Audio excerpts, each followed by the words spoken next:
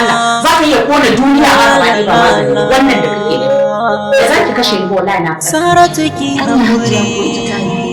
kowane ɗan adam akwai irin darajar da Allah ya bashi. ina da sai a hankali to ai tunda haka kika nuna mata ai dole haka za ta yi ke sai mutum ya ɗan bakin ciki ba son kare ni ba kika rige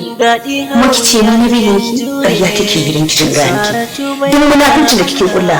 wallahi na farko ashe ne ba a daina ba ashe ba ki daina ba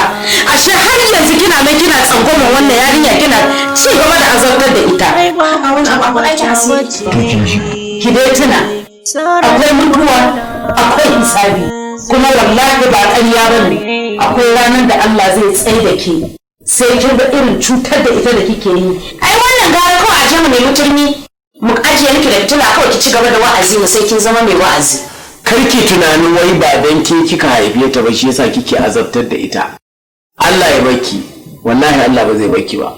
Musa Kalla, Ladidi Tablais, Baba Musa Abdullahi, Mommy Cow, Auntie Aisha, Babangida Usha, and introduce Hiban Merabo, Hibatullahi Merabo, Sarah. Executive producer by Bashir A. Abbas, produced and assistant director by Babangida Usha. You can visit our YouTube channels at Sarah TV every Friday at 8 o'clock evening time. Directed by the amazing, brilliant, dazzling and fantastic director Musa Merabo.